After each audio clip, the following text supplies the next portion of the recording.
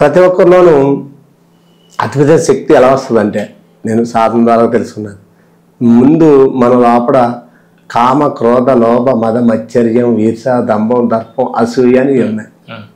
వీటిని తొలగించుకుంటే మానవుడు ఉత్తముడు అవుతాడు. ఉత్తమ నుంచి మహాత్ముడిగా మారడానికి ఎంతో అవకాశం ఉంది అని భగవద్గీత చెప్తుంది.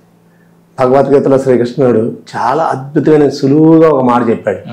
కర్మణ్యే వాధికారస్తే మా ఫలేషు కదాచన మా కర్మ ఫలహేతుర్భు మాతే సంగోస్త కర్మని. నీ కర్మలని నాకు అర్పించేస్తే నువ్వు చేసేది ఏమీ లేదు, నీకు ఏ ఫలితం ఇవ్వాలనే ఇస్తానన్నా.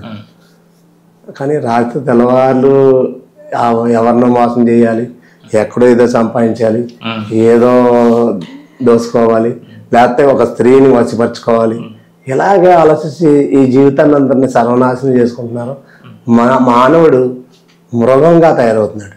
ఇవాళ హత్యలు, మానభంగాలు దారుణమైన ఎందుకు పెరుగుతున్నాయండి? కారణం ఏంటి అంటే మనిషికి తన మీద తనకు నమ్మకం లేదు.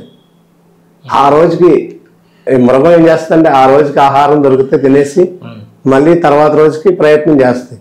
అలాగే ఈవేళ మానవుడికి మానవ మృగంగా తయారయ్యే శక్తి బాగా పెరిగిపోయింది. ప్రతి ఒక్కరికి ఆశ కల్పించేశారు, అబద్ధాన్ని ప్రసారం చేస్తున్నారు. ఇప్పుడు జనాలకి ఏంటంటే అబద్ధం ప్రచారం ఎక్కువైపోయింది.